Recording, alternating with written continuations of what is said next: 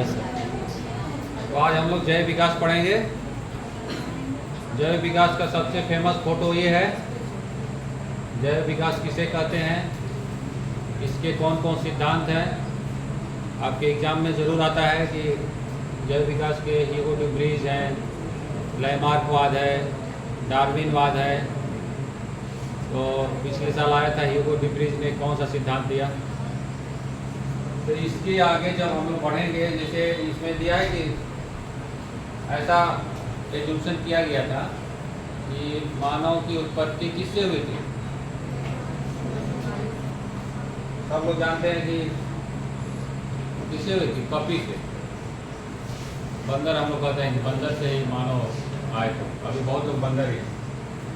तो इसमें लिखने वाला नहीं है जी, इसमें तो आ रहा था लिखने वाला भी। चलो ठीक है, इतना हो गया।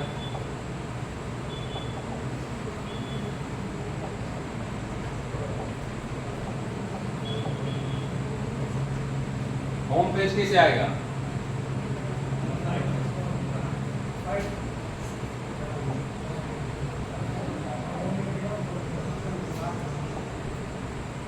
हाँ चलो,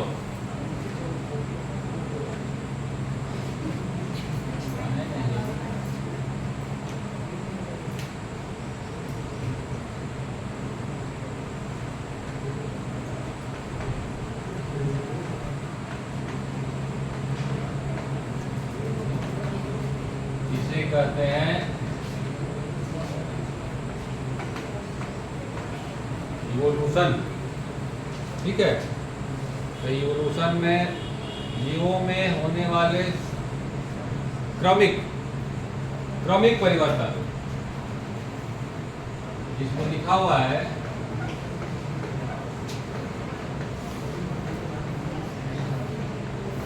इसको थोड़ा सा समझ लो कि जीवों के शरीर में होने वाले क्रमिक परिवर्तन, मतलब कि किसी भी जीव में एक जनरेशन से दूसरे जनरेशन में विभिन्नताएं रहती है कि नहीं रहती है ना। आप जानते ही हैं, कोई भी जीव अपने प्रीवियस जनरेशन से मैच नहीं करता, कुछ ना कुछ विभिन्नताएं हैं। तो वो विभिन्नताएं ही परिवर्तन है, वो क्रम से बदलता रहता है। मान लो एक जनरेशन से दूसरे जनरेशन में गए ऐसे, तो यहाँ पे विभिन्नताएं, यहाँ पे विभिन्नताएं, यहाँ पे विभिन्नताएं, तो ये क्रमिक परिवर्तन। अब परिवर्तन भी ऐसा होना चाहिए जो अस्थायी हो। ऐसा नहीं है कि एक जनरेशन में परिवर्तन हुआ, दूसरे जनरेशन में वो परिवर्तन गायब हो गया। जो परिवर्तन हुआ किसी भी कैरेक्टर में, किसी भी जीव में बहुत सारे विशेषताएं हैं, है ना। उसी के आधार पे हम लोग पहचानते हैं कि ये गाय है, ये कुत्ता है, ये सेब है। पहचानते उसी से ना, आप देख के पहचान जाते हैं, तो उसकी विशेषता के अनुसार ही ना पहचान जाते हैं। ऐसा है कि नहीं?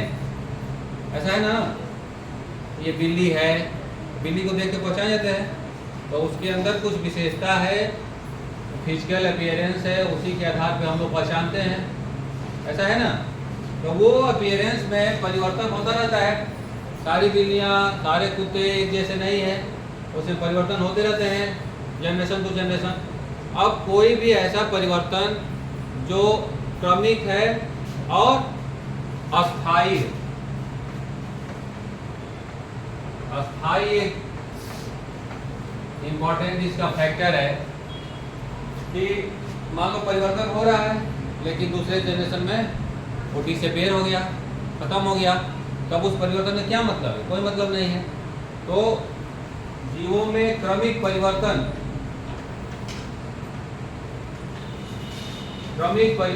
अस्थायी रूप से उपस्थित हो, ऐसे परिवर्तन को कहते हैं जैव विकास।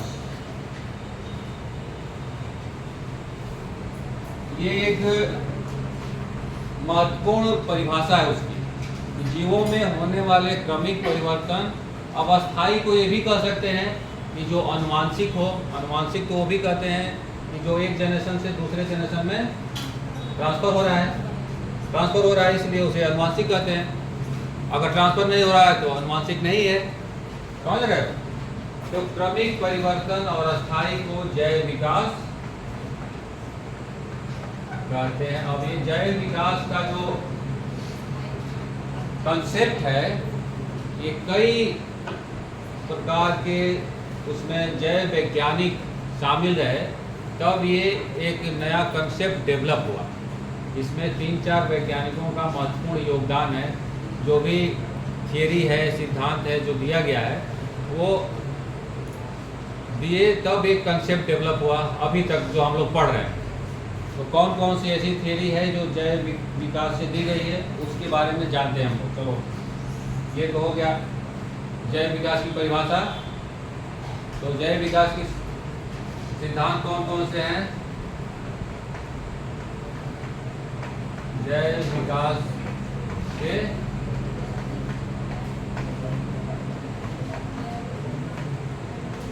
सिद्धांत, पहला है जो जैव विकास में सबसे पहले पर्सन थे जो जिन्होंने काम किया और जैव विकास के कंसेप्ट के बारे में सर्वप्रथम सोचे कि ऐसा भी हो सकता है। उससे पहले किसी ऐसे वैज्ञानिक ने नहीं सोचा था कि इस तरह के परिवर्तन भी जीवों में हो सकते हैं और वो आने वाले दिनों में उसको उस इन्वायरमेंट में रहने में सहायता करेंगे। क्योंकि कोई भी परिवर्तन अगर जीवों में होता है तो वो इसीलिए होता है कि उसको उसके आसपास के वातावरण में रहने में सहायता करे। अगर वातावरण सपोर्ट नहीं करेगा तो जीव खत्म हो जाएंगे ना, चाहे पौधे हों चाहे जंतु हों, दोनों। वातावरण सपोर्ट करेगा तो कोई जीव रह पाएगा? नहीं रह पाएगा, वो खत्म हो जाएगा। तो ऐसा परिवर्तन जो वातावरण को सपोर्ट करने के लिए हो या वातावरण एक्सेप्ट करते हो, तो इस सब थियरी के बारे में सर्वप्रथम जो एक वैज्ञानिक थे फ्रांस के, जिनका नाम था जीन बैप्टिस्टे लैमार्क। लैमार्क ने सर्वप्रथम ये सिद्धांत दिया कि जीवों में उसके वातावरण में जो चेंजेज होते हैं, वो चेंजेज उसके शरीर में परिवर्तन होने के लिए उद्दीपित करते हैं या एक्साइट करते हैं कि हमको ऐसे रहना है, तब जाके हम इस वातावरण में सरवाइव कर पाएंगे। तो लैमार्क वाज पहला सिद्धांत दिए, लैमार्क का सिद्धांत जो जैव विकास से संबंधित पहला सिद्धांत है। इन्होंने थोड़ा सा जो भी उनका कंसेप्ट था उसको दिया, बाद में ओवररूल किया गया, वो बात अलग है। लेकिन सबसे पहले यही इस बारे में बात की है कि जीवों में शरीर में कुछ परिवर्तन होते हैं जो उसको उस इन्वायरमेंट में रहने में सहायता करते हैं। इनका प्रयोग, अब कैसे था इनका प्रयोग? प्रयोग था कि जिराफ का गर्दन देखे हो तुम लोग? जिराफ की गर्दन लंबी होती है, लंबी होती है ना?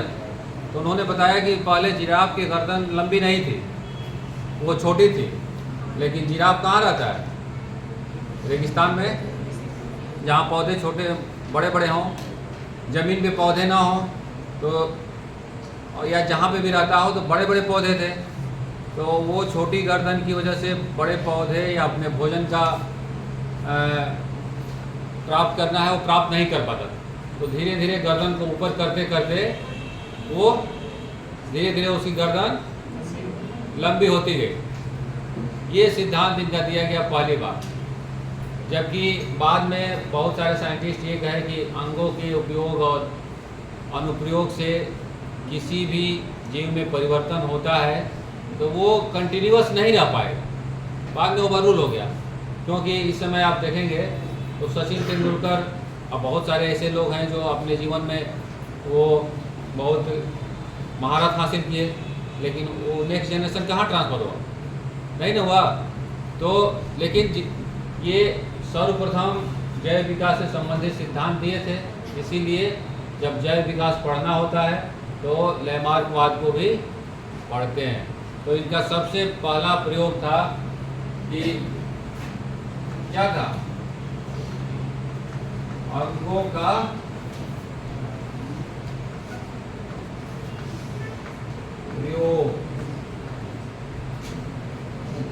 चाहे जो भी कहो।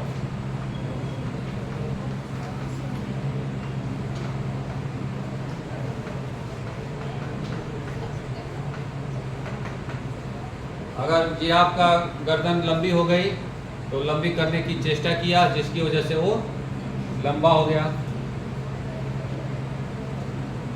और जब मान लो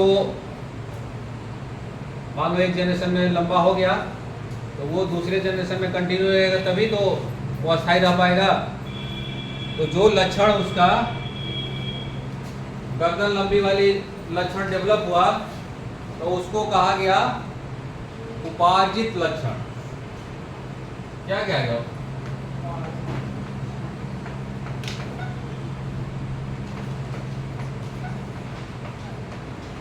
उपार्जित, जैसे आप सुना होंगे कि डिजीज दो प्रकार के होते हैं। एक होता है डिजीज जो वंशागत कंटिन्यूअस, जैसे हीमोफीलिया, इनेट और एक्वायर्ड। एक्वायर्ड की हिंदी क्या होगी? एक्वायर्ड का हिंदी उपार्जित ही होता है। हाँ, जो हम अपने लाइफ में प्राप्त करते हैं। बहुत सारे डिजीज हम लोग लाइफ में प्राप्त करते हैं। बहुत सारे डिजीज ऐसे हैं जो हम लोगों को जनरेशन से कंटिन्यू मिलता है। ऐसा नहीं कि मिलता नहीं भी मिल सकता है।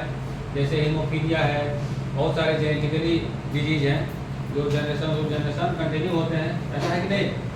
तो उपार्जित, अब इसमें ये है कि जब ये अंगों का प्रयोग किए तो उनमें कुछ नया एक लक्षण डेवलप हुआ। अब उस लक्षण को कहा गया उपार्जित लक्षण। तो दूसरा एज्यूम्पशन दिए या फिर अपनी सोच को यहाँ पे लिखे कि उपार्जित लक्षणों की वंशागति। जो भी लक्षण डेवलप हुआ वो दूसरे जनरेशन में जाएगा ना, तभी तो कंटिन्यूअस होगा। नहीं जाएगा तो कंटिन्यूअस नहीं होगा, तो फिर वहीं से खत्म। तो उपार्जित लक्षणों की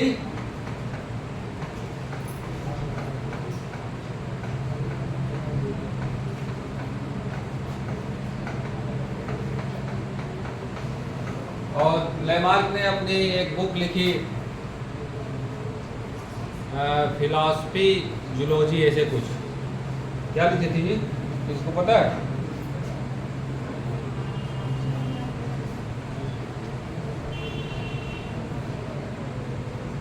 फिलॉसफी जूलॉजिक। एक बार एग्जाम में आप लोगों के आया था कि लेमार्क ने कौन सी किताब लिखी थी, तो लिख लो इसको, फिलॉसफी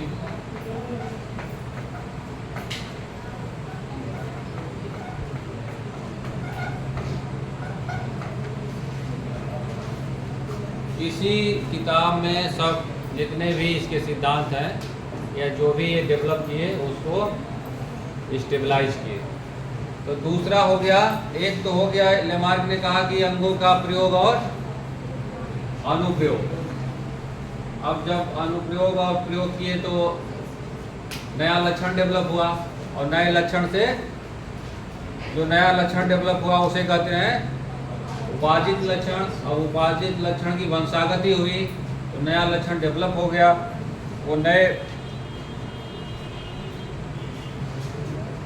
और सी है सभी जीवों में एक नए लक्षण को डेवलप होने के लिए एक आंतरिक बल होता है, ऐसा लिखा गया है।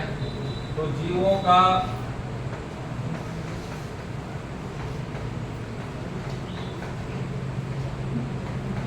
अब जिसमें नहीं होता है, जिसमें बल नहीं रहा, वो नया लक्षण नहीं डेवलप हुआ। और लास्ट वाला है एक इंटेंसिव फोर्स है और वातावरण का प्रभाव।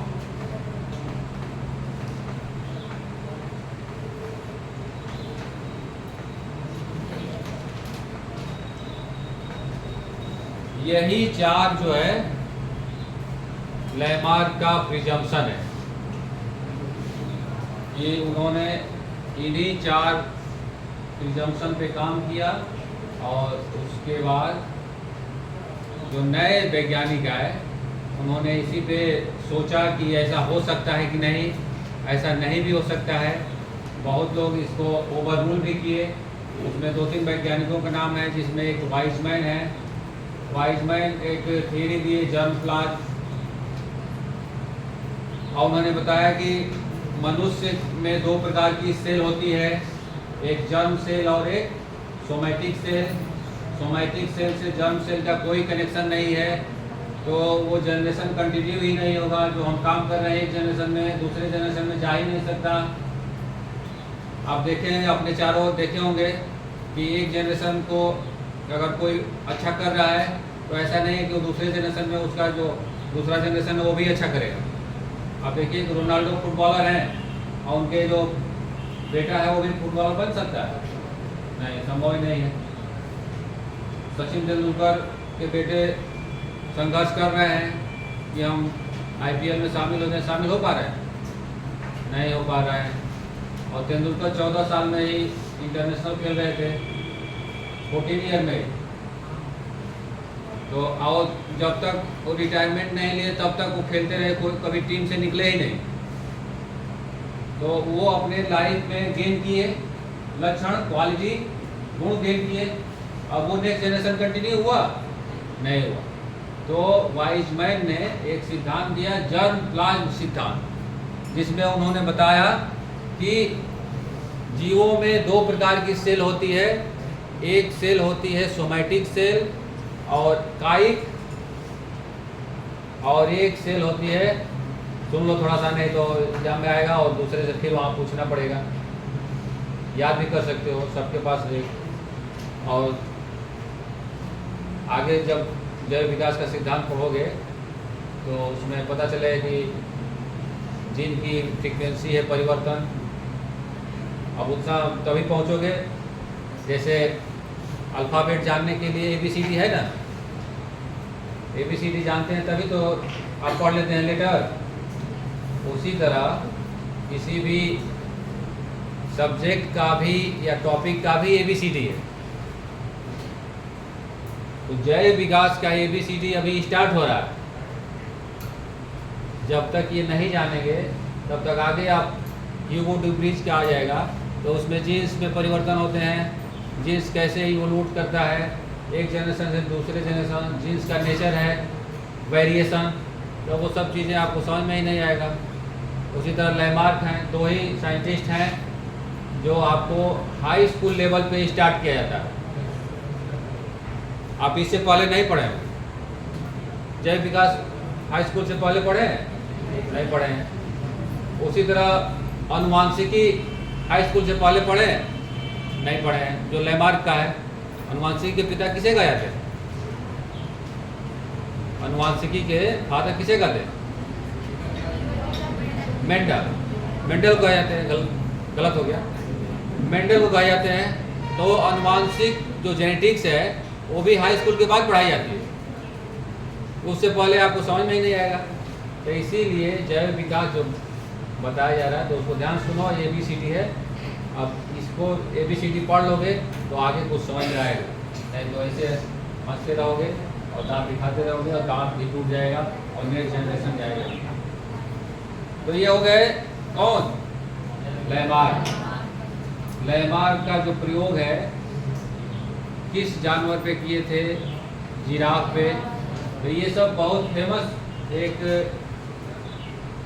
विषय वस्तु है किसी दूसरे एग्जाम में पूछने के लिए। और उनकी किताब क्या थी? Philosophic zoology. वे सब चीज़ें इंपॉर्टेंट है, इसको आप याद रखिए।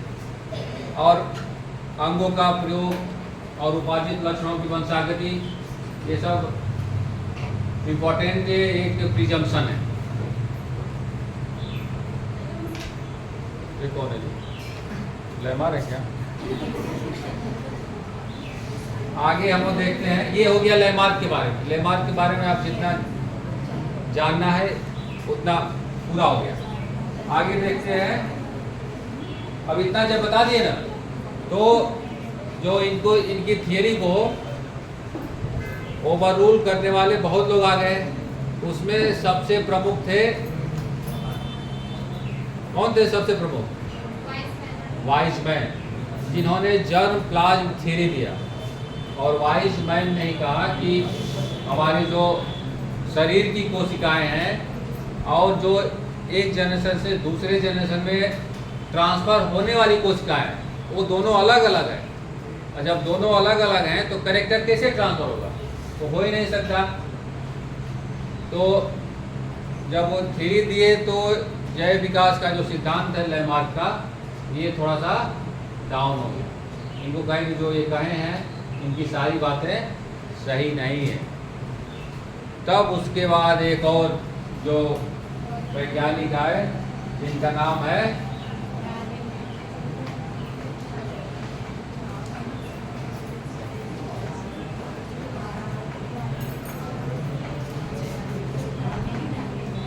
जैव विकास का सिद्धांत या जैव विकास का नाम। अगर आप सुनते हैं तो उस नाम से जो सबसे ज़्यादा जुड़ा हुआ है, फेमस है, वो है चार्ल्स डार्विन। चार्ल्स डार्विन का और जैव विकास का दोनों ऐसे जुड़ाव है जैसे एक सिक्के के दो पहलू। जहाँ पे जैव विकास कहा जाएगा वहाँ पे चार्ल्स डार्विन का नाम पहले आ जाएगा। इन्होंने एक कहा जाता है कि नेचुरलिस्ट थे और 17 बहुत यंग एज में ही एक जहाज़ जा रहे थे वहाँ साउथ अमेरिका। इंग्लैंड के थे, जैसे वो फ्रांस के थे तो इंग्लैंड के थे और जहाज़ जा रहे थे साउथ अमेरिका। वहाँ पे जहाज़ पे यात्रा किए करीब 10-12 साल। और उस यात्रा करने के क्रम में वहाँ पे एक जो कैरेबियन आइलैंड सुने हो तुम लोग? कैरेबियन आइलैंड्स जो वेस्ट इंडीज़ है, वेस्ट इंडीज़ की टीम क्रिकेट खेलती है, तो वो तो कई देशों का समूह है। तो वही द्वीपों पे ये बहुत क्लोजली कुछ जीवों को ऑब्जर्व किए और एक द्वीप से दूसरे द्वीप के वही जो जंतु हैं या पक्षी, डार्विन फिशेज एक बर्ड है, उस पर ये रिसर्च किए और देखे कि एक द्वीप से दूसरे द्वीप में बर्ड के जो उसका परिवर्तन है या फिजिकल अपीयरेंस है उसमें कुछ न कुछ परिवर्तित है। और जब एक द्वीप से दूसरे द्वीप पे गए तो वहाँ पे इन्वायरमेंट भी परिवर्तित था। तो वो जो इन्वायरमेंट से कनेक्शन फर्स्ट टाइम जोड़ने के कारण चार्ल्स डार्विन का नाम फेमस हो गया। और उन्होंने एक बुक लिखा, ओरिजिन ऑफ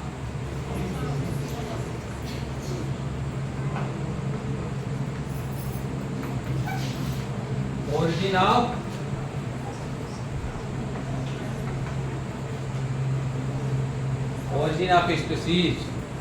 ये एक फेमस बुक है, उस समय की बहुत बेस्ट सेलर है, कहते हैं कि बहुत बुक लिखी थी चार्ल्स डार्विन ने। इसी में बताया कि सभी जीवों पे उसके आसपास के इन्वायरमेंट का बहुत ही डायरेक्ट इफेक्ट पड़ता है और वो इन्वायरमेंट का इफेक्ट ही नए कैरेक्टर को डेवलप करने में सहायता करता है। अब देखो, लैमार्क ने कहा कि अंगों का प्रयोग और अनुप्रयोग न्यू कैरेक्टर को डेवलप करने में सहायता करता है, लेकिन चार्ल्स डार्विन ने कहा कि उसके चारों ओर जो वातावरण है वो उसको डायरेक्ट इफेक्ट करता है। तो यही अंतर है। और उससे पहले जो वाइजमैन थे वो कह ही दिए थे कि अंगों का प्रयोग और अनुप्रयोग हो ही नहीं सकता, क्योंकि सेल अलग अलग है। जर्म सेल अलग है और सोमैटिक सेल अलग है, जिसका जर्म सेल से सोमैटिक सेल से कोई नाता ही नहीं है, कोई संबंध ही नहीं है, जिसके कारण कैरेक्टर ट्रांसफर होगा ही नहीं। तो इसके कारण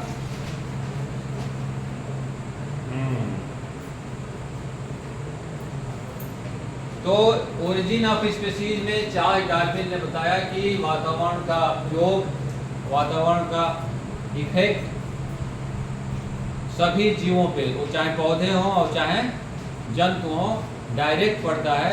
और इसीलिए इसको कहा गया कि वातावरण सभी जीवों के कैरेक्टर को सेलेक्ट करता है। जो कैरेक्टर वातावरण में फिट होते हैं वही जनरेशन अगले जनरेशन में कंटिन्यू करते हैं। अदरवाइज जो कैरेक्टर वातावरण में फिट नहीं होंगे वो क्या हो जाएंगे?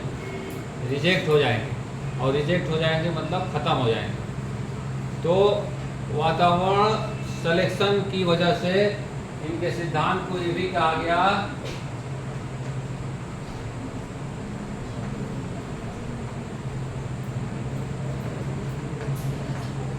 नेचुरल सिलेक्शन, प्राकृतिक वर्ण,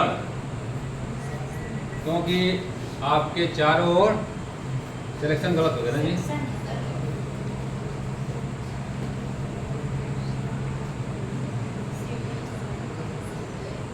नेचुरल सिलेक्शन, नेचर आपके आसपास है, वो कैरेक्टर को सेलेक्ट करती है और जो कैरेक्टर अच्छा होता है उसी कैरेक्टर को वो कंटिन्यू करता है। अच्छा मतलब कि जो उसके वातावरण में फिट होता है, अच्छा उस संदर्भ में कह सकते हैं। कोई कैरेक्टर अच्छा नहीं है, कोई कैरेक्टर खराब नहीं है। कैरेक्टर मतलब कि एक स्पेशल क्वालिटी, उस क्वालिटी में जो फिट बैठा नेचर में वो कंटिन्यू किया, और जो कैरेक्टर, क्योंकि सभी जीवों में ये विशेषता होती है कि लार्ज अमाउंट में जीव उत्पन्न होते हैं। सभी जीव लार्ज अमाउंट में, स्टार फिश में अरबों अंडे उत्पन्न होते हैं, तो सब में कुछ ना कुछ वेरिएशंस होते हैं, ऐसा है कि नहीं? सब में वेरिएशंस होते हैं। अब वेरिएशंस में जो वेरिएशंस इन्वायरमेंट को एक्सेप्ट होंगे वही कंटिन्यू करेंगे या फिट होंगे। अगर जो वेरिएशंस उसको एक्सेप्ट नहीं होंगे वो कंटिन्यूअस नहीं कर पाएंगे। इन सब सारी चीज़ों को देखते हुए चार्ल्स डार्विन ने 2-3 एक कह सकते हो कि प्रिजम्पशन दिए, उनको देखते हैं हम लोग क्या क्या दिए। वो चार्ल्स डार्विन का पहला प्रिजम्पशन था, उनकी सोच थी कि जीवों में प्रचुर संतानोत्पत्ति,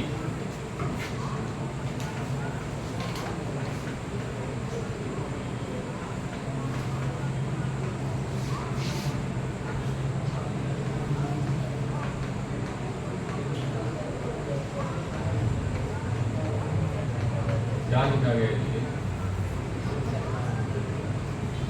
संतानोत्पत्ति,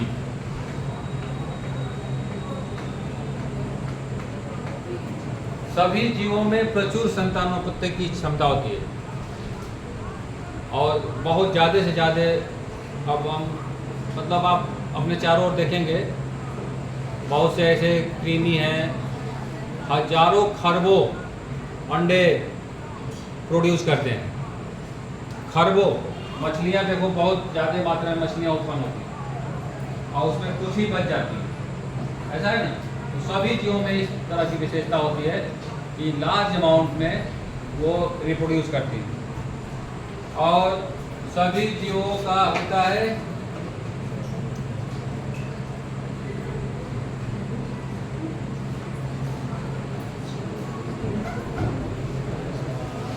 जीवन संघर्ष।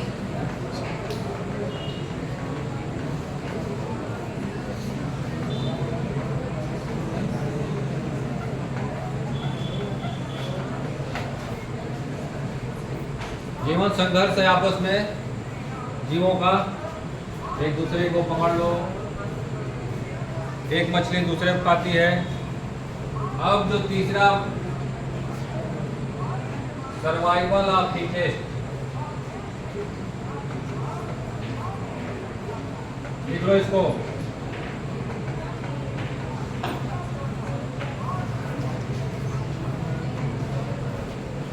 सर्वाइवल ऑफ फिटेस्ट, ये कई बार हम क्लास में बोले भी कि जो फिट है वही सर्वाइव करेगा, अदरवाइज जो फिट नहीं है वो क्या हो जाएगा? फिनिश। और वेरिएशंस, विभिन्नताएं,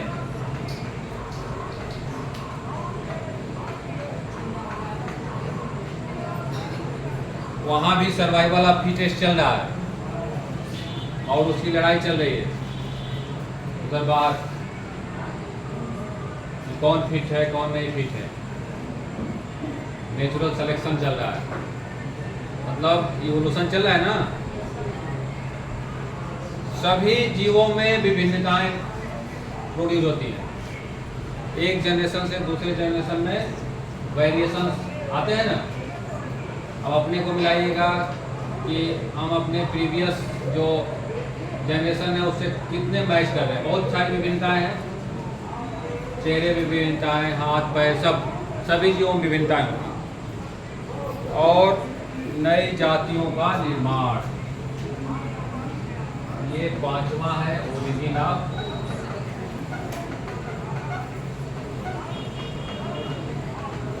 अब जब विभिन्नताएं आती हैं, क्योंकि आप सुने ही हैं कि मनुष्य का जो इस समय का आप देख रहे हैं ह्यूमन सेपियंस, इनका इवोल्यूशन हुआ है वहाँ से बंदर से, तो कहीं ना कहीं विभिन्नताएं आई होंगी जो नेक्स्ट जनरेशन से अलग होगी, और वो विभिन्नताएं कंटिन्यूअस की होंगी और धीरे धीरे परिवर्तित होते होते वो मनुष्य बने होंगे। तो वही विभिन्नताएं न्यू स्पीशीज बनने में सहायता करती है। समझ में आ रहा है? अब स्ट्रगल और जीवन संघर्ष, अब इसको